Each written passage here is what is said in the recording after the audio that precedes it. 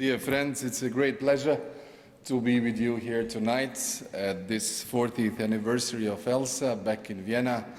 And please, at the beginning, could we just give another really warm applause to our founding fathers, Michael Goldinger, Jürgen Sattler, Attila Tarkanyi, and Wojciech Kostreva. Please.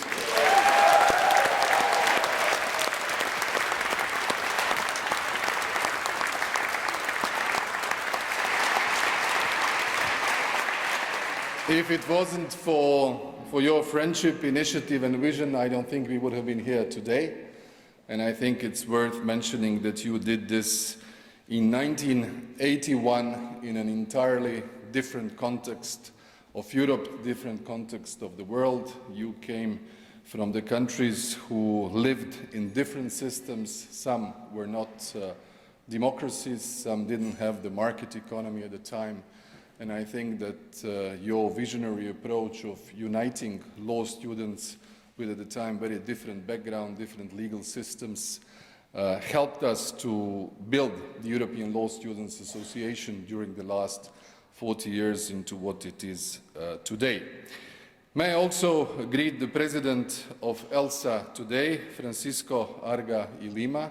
Thank you for being so consistent in loving the ELSA spirit and heading the organization today, as well as Alexander Caprau from ELSA Austria as our host. Please, an applause for them as well.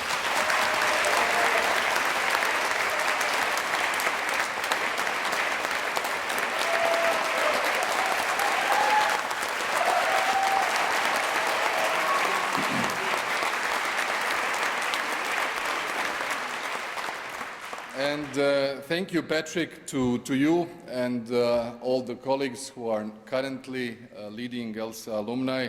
Also, my congratulations to Markus Reinberg, who will be following up as of 1st of January next year. Markus was the host of the International Council meeting in Hamburg in 1993. So we are looking for as much fun as parties as we had on the ship in Hamburg long time ago, Markus. Patrick told me that it would be nice to say a few words. Back in Namur was the council meeting in autumn of 1992. There are several of us here who attended that council meeting, actually many more than I would have expected after so many years that have passed. But it was the council meeting when the so-called board management, external relations or enlargement workshop devised the sentence which we all know by heart, and that is the vision of ELSA. A vision of ELSA which says a just world in which there is a respect for human dignity and the cultural diversity. This vision unites us all. It talks about the values that we as lawyers across Europe share, that is a magnet for us to be motivated to participate in the European Law Students Association when we are full of energy, full of enthusiasm, full of possibility to live both during days and nights and still have time to study and enjoy life, which is, I think, one of the main features which somehow is clearly seen through the early presentations of Gary today, who is always as charming, as creative as he was about 30 years ago. And that's why we're all happy to be here to sing and catch up with lives and developments of all of us. But what is more important, I think, is the actual concept of the law. We all live in Europe. Many of us are living in the countries of the European Union, some are in the countries of the Council of Europe, and I think the notion of law is critical for the understanding of the European project today. Without it, there wouldn't be the European project of today. It's the basis of everything. No single document that has been adopted at European level does not, at a certain point, refer to some sort of a legal basis. And that's where we come in. Whatever we do in our careers, whether we are practicing lawyers, whether we are in academic community, whether we are in politics or businesses or economy, we are familiar with how important law is. And this is something that we learned not only through the studying at different law faculties in different countries, but also through talking to each other at a very early stage of our careers. And this concept, which I understood you discussed during last 2 days, the concept of the rule of law, which is now the key concept, even though it started, let's say, 7, 8 years ago at the time when Viviane Reding was the Vice President of the Commission, and when the father of the current President of the European Council, Charles Michel, his father, Louis Michel, was the rapporteur in the European Parliament in order to emphasize the importance of the concept of the rule of law.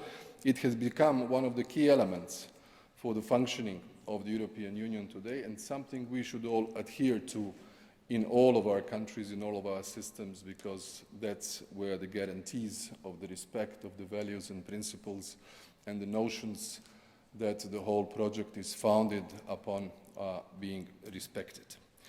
The transformative power of the law is something that has united different legal systems in the Europe that was really divided until 89 and 90.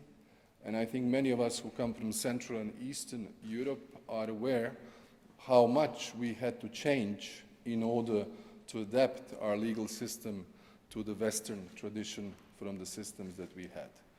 We basically had to change all our constitutions, our laws in every single field in order to adapt either to the international conventions within the Council of Europe system of the conventions or to the acquis communautaire, trying to understand the principles and adopt the doctrine as well. This is not an easy task. It requires a generational strategic change of thinking, but also of practicing law, especially when it comes to the judges, to the courts. It takes a while. If you didn't grow up with it as some sort of a reflex, a reaction, it takes time. It takes more than one would expect. But we are all going into that direction, and I think convinced it's good for all of us. What I wanted to say as well is how much ELSA influenced each one of us in our process of choosing careers. For me, had it not been for ELSA, I'm not sure I would have been a diplomat at first, then that I would have joined politics, elected to the Croatian Parliament, to the European Parliament, finally having been twice elected as a Prime Minister. I think the basic skills that I learned, which I implement in my daily life today, whether it's at the Conference of the Parties of the United Nations Conventions to fight the climate change in Glasgow, or whether it's at the European Council or at home within the party or the coalitions or against the opposition in the parliament or in public, all of those skills basically you acquire through the early start of tough negotiations at international council meetings, presidents' meetings, lobbying and creating coalitions, partnerships, and trying to somehow arrange where do we go with the European Law Students Association. I'm sure you all had similar experience and that you are always cherishing those memories which stay for us and they somehow mark us forever. And I have to admit that I just came an hour and a half ago, but I feel as if 10, 15, 20 or 30 years have not elapsed since I saw many of you last time.